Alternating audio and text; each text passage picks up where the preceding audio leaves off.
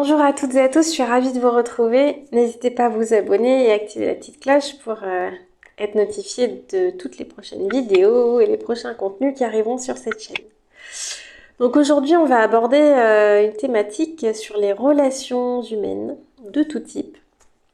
Donc pourquoi certaines personnes sont à l'aise avec l'intimité alors que d'autres fuient dès que ça devient sérieux par exemple? Pourquoi certains s'attachent trop vite quand d'autres gardent toujours leur distance? Eh bien, tout ça a un lien avec ton style d'attachement. Donc aujourd'hui, on va explorer ensemble les 4 grands styles d'attachement. Le sécurisant, l'anxieux, l'évitant et le désorganisé. Et on verra comment ils se développent, comment ils influencent nos relations amoureuses, amicales, sociales de manière générale, et surtout si on peut en changer. Donc cette théorie de l'attachement, elle a été développée par John Bowlby, qui est un psychiatre britannique dans les années 50. Et il s'est rendu compte qu'un enfant n'a pas seulement besoin de nourriture et de sécurité physique, mais aussi d'un lien affectif fort avec ses figures parentales, ou en tout cas les personnes qui lui ont apporté des soins en étant enfant. Il a montré aussi que la manière dont on est aimé, consolé, écouté dans nos premières années de vie façonne notre façon d'aimer plus tard et notre façon aussi de relationner. Donc ensuite, c'est dans les années 70 que Mary Ainsworth a mené une étude appelée la situation étrange. Et en fait, elle observait des enfants qui étaient séparés, puis réunis avec leur mère. Et c'est là qu'elle a identifié donc différents styles d'attachement. Donc on rentre tout de suite dans le vif du sujet et on commence par le style d'attachement sécurisant. Celui qu'on aimerait tous avoir, bien évidemment. Donc les personnes avec un attachement sécurisant, elles ont grandi en règle générale, je dis bien, avec des parents qui sont disponibles émotionnellement, qui sont cohérents, présents, mais pas envahissants. Et leur monde relationnel a été quelque peu respecté. Donc le résultat, c'est que ces personnes, elles savent qu'elles peuvent compter sur les autres et qu'on peut aussi compter sur elles. Donc en amour, par exemple, elles savent exprimer leurs besoins, écouter ceux de l'autre, poser des limites qui sont saines, elles ne fuient pas l'intimité, mais elles ne deviennent pas dépendantes non plus, pardon. Donc les disputes ne sont pas vécues comme un drame, mais plutôt comme une occasion de mieux se comprendre. Par exemple, en amitié, elles cultivent des relations qui sont profondes, qui sont basées sur la confiance et la réciprocité. Et elles n'ont pas besoin de tout contrôler et ne prennent pas la distance des autres comme par exemple un rejet personnel. Et au quotidien aussi, ça peut s'exprimer par des personnalités qui gèrent plutôt bien le stress relationnel, qui ne prennent pas tout à cœur et qui ont une bonne estime d'elles-mêmes. Donc ce style représente environ 50 à 60% de la population. Mais ce chiffre, il faut quand même garder en tête qu'il varie beaucoup selon les environnements sociaux et culturels et ne sont pas les mêmes selon les différents pays.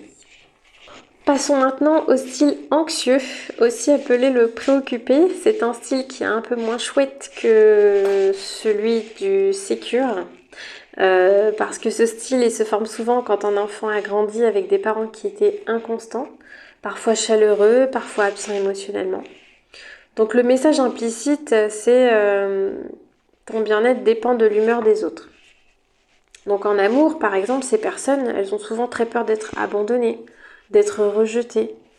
Elles sont en recherche constante de preuves d'amour, un message qui est ignoré, un changement de ton et elles s'angoissent.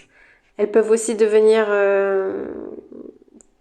jalouses, collantes ou peut-être un peu trop exigeantes, non pas parce qu'elles sont possessives, mais plutôt parce qu'elles ont peur simplement d'être du rejet. Alors en amitié, elles s'investissent beaucoup, peut-être parfois trop vite. Elles peuvent aussi mal vivre le silence ou la distance d'un ami. Et elles ont tendance à prendre les choses très personnellement, à douter de leur place, à se questionner en permanence. Donc au quotidien aussi, ça peut se traduire par un besoin de validation constant, une tendance à ruminer, une hypersensibilité au rejet et à l'abandon.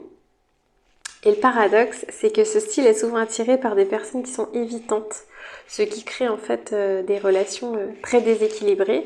Et puis ça vient vraiment agir comme un miroir et nous montrer ce qui reste encore à travailler sur nous, ce qui est souffrant et vraiment l'autre est un révélateur de nos blessures intérieures. Donc c'est vraiment pas toujours évident. Ensuite, on a le troisième style d'attachement qui est le style évitant ou le détaché. Et il vient souvent d'une enfance où les émotions de l'enfant n'étaient pas du tout prises en compte.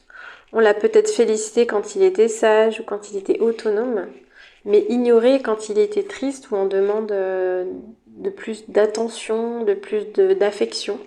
Donc ce que l'enfant a appris, c'est que tu es aimé quand tu ne montres pas tes émotions. Alors il coupe le lien émotionnel de manière spontanée et presque automatique. Donc en amour, ces personnes évitantes, elles fuient l'intimité. Ce sont souvent des personnalités qui aiment le flirt, mais dès que ça devient sérieux, elles prennent leur distance. Elles se sentent vite étouffées, submergées. Elles ne parlent pas facilement de leurs émotions et puis elles valorisent aussi énormément leur indépendance. Donc en amitié, elles ont souvent peu d'amis très proches. Elles préfèrent aussi les relations où chacun garde son espace. Elles peuvent aussi paraître froides, distantes ou parfois même absentes. Mais c'est souvent une stratégie de protection. Donc au quotidien, elles rationalisent beaucoup, elles évitent les conflits ouverts et elles peuvent vraiment sembler détachées, ce qui peut être un peu déstabilisant pour l'entourage. Donc en réalité, elles ont souvent une peur profonde d'être rejetées aussi, mais elles la cachent derrière un mur de contrôle et derrière un petit peu une carapace, un petit peu comme ça, très rigide. Le dernier, c'est l'attachement désorganisé. Alors il est un petit peu moins courant, mais aussi un petit peu plus complexe. Et il se développe souvent dans un environnement qui est chaotique, parfois violent, abusif ou instable. Donc l'enfant a parfois vécu ces figures d'attachement comme une source à la fois de réconfort mais aussi de peur. Donc le résultat, c'est qu'il n'a pas pu se construire de stratégie claire. Il veut du lien, mais en même temps il s'en méfie, vous voyez. C'est un petit peu comme un chat qui va s'approcher doucement, qui a besoin de caresses, et puis dès qu'on lui pose la main dessus, il prend peur et donc il part au quart de tour et il s'enfuit. Comment ça s'exprime en amour? Les personnes désorganisées, elles peuvent osciller entre fusion et fuite. Un jour, elles sont très proches, le lendemain, elles sont distantes. Elles peuvent aussi avoir des comportements qui sont très instables, contradictoires, paradoxaux. Souvent sans comprendre elles-mêmes pourquoi elles fonctionnent ainsi. Donc elles ont parfois peur d'être blessées, trahies ou abandonnées, mais elles fuient si quelqu'un s'approche trop près. Et donc c'est pour ça qu'elles ont ce comportement-là justement de méfiance et de distance. En amitié, c'est souvent pareil. Elles peuvent être très loyales et présentes, puis s'éloigner brutalement.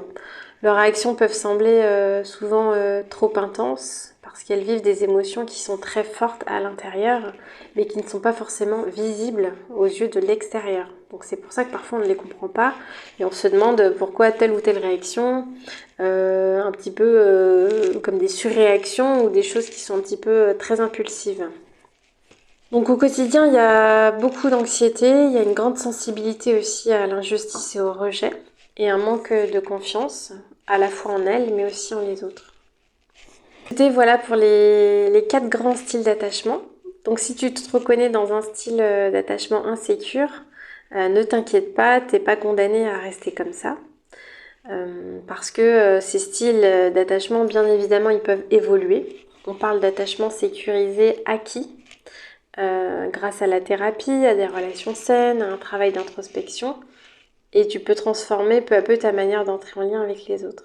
C'est un chemin, on va pas se mentir, ça peut prendre du temps, des mois, des années, surtout qu'il faut vraiment se déconditionner, se déprogrammer de ce qu'on a appris lorsqu'on était enfant, qui a été vraiment le socle de notre structure psychique et comportementale.